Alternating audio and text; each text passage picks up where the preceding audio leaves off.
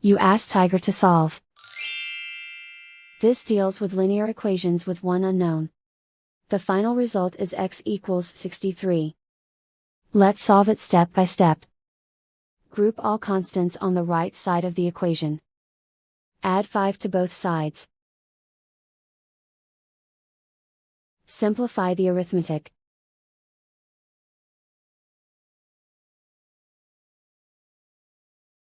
Isolate the x. Multiply both sides by inverse fraction 3/1. Group like terms. Multiply the coefficients.